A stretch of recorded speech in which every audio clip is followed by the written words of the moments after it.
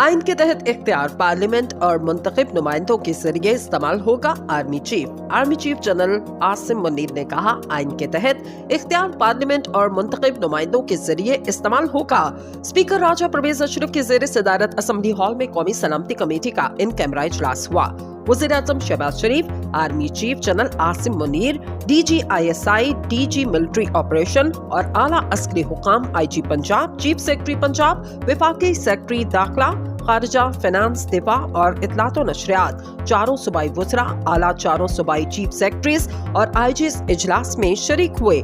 आला अस्करी हुकाम ने दाखिली सलामती से मुतल्लिक ब्रीफिंग दी। DG मिलिट्री ऑपरेशन ने अमन और अमान और वज़ीरिस्तान में इंसदाद दहशतगर्दी के ऑपरेशन से मुतल्लिक ईमान को एतमाद में लिया।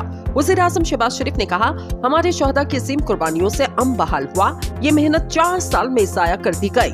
मुल्क में दहशतगर्दी वापस क्यों आई, कौन लाया? तमाम सूबों